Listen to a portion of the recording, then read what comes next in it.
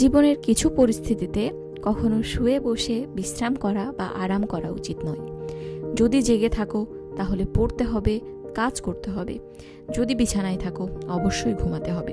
জীবনের এমনই একটা সময় অ্যাডমিশন পিরিয়ড। এ সময় এত যোদ্ধার মধ্যে তুমিও একজন যোদ্ধা। কোন যোদ্ধা জীবন নিয়ে ময়দান থেকে ফিরবে তা নির্ভর করছে তার পরিশ্রমের উপর। অলসতা এবং ফোন আসক্তি দূর করতে পারলে তুমিও সফল যোদ্ধাদের মতো 14 থেকে 16 ঘন্টা, এমনকি 18 ঘন্টাও পড়তে পারবে। যেমন ধরো, সকাল 7টায় তুমি ঘুম থেকে উঠছো। ঘুম থেকে উঠেই হাত মুখ ধুয়ে তোমার প্রথম কাজ হচ্ছে পড়ার টেবিলে গিয়ে বসা। অন্য কিছু করবে, অন্য কোনো কিছু নিয়ে চিন্তা করবে, তো দেখবে সকালের ফ্রেশ মাইন্ডটা ফ্রেশ থাকছে না। সকালের প্রথমেই যে মনোযোগের সাথে পড়াশোনাটা করা সম্ভব, সেটা কিন্তু দিনের অন্য সময় সম্ভব নয়। সুতরাং ঘুম থেকে উঠেই পড়ার টেবিলে বসো। এরপর নাস্তার প্রয়োজন বা চায়ের প্রয়োজন বা অন্য কিছুর প্রয়োজন হলে, যদি তোমার বাবা মা সাথে থাকে তারা তো ব্যবস্থা করে দিবেই, আর যদি তা সম্ভব না হয়, নিজেকেই সব কিছুর ব্যবস্থা করতে হয়, তাহলে অন্তত 1 ঘন্টা পড়ো। তারপর যে খাবারটা রেডি করে দরকার হইলে খাবারটা টেবিলে নিয়েই বসো, একটু পড়ো, একটু খাও। এছাড়া খাবার সময় বা খাবার প্রস্তুত করার সময় চাইলে তুমি ফোনে একটা ভিডিও বা একটা ক্লাস চালিয়ে দিয়ে কাজগুলো করতে পারো। সেক্ষেত্রেও তোমার সময় বাঁচবে, পড়াশোনাও হবে। এরপর একটানা পড়ো। যতক্ষণ না তোমার ক্লাসে যাওয়ার প্রয়োজন হয় বা এক্সাম শিডিউল থাকে ততক্ষণ পড়ো। পরীক্ষা দিয়ে এসে বা ক্লাস করে এসে তুমি আবারও পড়তে বসো। বললামই তো, এই সময় বিশ্রামের সময় কই? দম ফেলেরই তো সময় পাওয়া যায় না। দুপুরে গোসলের আগ পর্যন্ত পড়ো। আজান হইলে গোসল করো, যে যার প্রার্থনা করো, তারপর একটু খেয়ে একটু বিশ্রাম নিতে পারো। দুপুরে যদি ঘুমাইতে চাও তাহলে অবশ্যই খেয়াল রাখবে রাত্রে ঠিক সেই পরিমাণ ঘুমাবে যাতে করে দুপুর এবং রাত্রের ঘুম মিলে তোমার যতটুকু ঘুম প্রয়োজন ততটুকুই যেন হয়।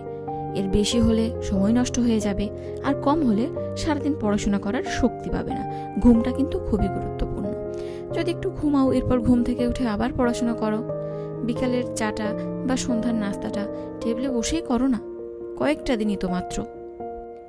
সন্ধ্যার সময় একটু মনকে ফ্রেশ করার জন্য হাঁটাহাঁটি করতে পারো, ফ্যামিলি সবার সাথে গল্প করতে পারো। এরপর মাগরিবের নামাজের শেষে আবার পড়তে বসো। ঘুমানোর আগ পর্যন্ত একটানা পড়তে থাকো। ঘুমের ক্ষেত্রে সবথেকে ভালো রাত 10টা থেকে ভোর 4টার মধ্যে ঘুমালে, তবে সবার ক্ষেত্রে সম্ভব হয় না। তবে অবশ্যই খেয়াল রাখবে যাতে দিনের এবং রাত্রের সব কিছু মিলে 5 থেকে 7 ঘন্টার একটা পরিপূর্ণ ঘুম তোমার হয়। এভাবে সারাদিন নিজেকে পড়াশোনার মধ্যে তুমি ব্যস্ত রাখতে পারো। তবে একেবারে 3-4 ঘন্টা পড়াশোনার কথা কিন্তু আমি একদমই বলছি না। পড়াশোনা করার ক্ষেত্রে অবশ্যই পোমোডোরো টেকনিক অ্যাপ্লাই করার চেষ্টা করবে। অর্থাৎ তুমি 25 মিনিট পড়বে, 5 মিনিট ব্রেক নেবে, বা যদি চাও একটু লং শিডিউলে পড়বে, 50 মিনিট পড়ো, 10 মিনিট ব্রেক নাও। বা আরও বেশি চাইলে তুমি চাইলে 1.5 ঘন্টা পড়তে পারো, 10-15 মিনিট ব্রেক নিতে পারো। এভাবে ভাগ ভাগ করে সময় নিয়ে পড়বে, এবং যে টাইমটা মাঝখানে ব্রেকে পাবে এই টাইমটাতে একটু চেষ্টা করবে একটু হাঁটাহাঁটি করার, একটু মনটা ঠান্ডা করার। বাট এমন কাজ করা যাবে না যে পড়াশোনা থেকে মনটা বিচ্যুত হয়ে যায়। দীর্ঘক্ষণ পড়তে বিরক্তও লাগবে। সেক্ষেত্রে একই সাবজেক্ট বা একই জিনিস দীর্ঘক্ষণ না পড়ার থেকে ছোট ছোট ভাগে বিভিন্ন জিনিস ভাগ করে নাও।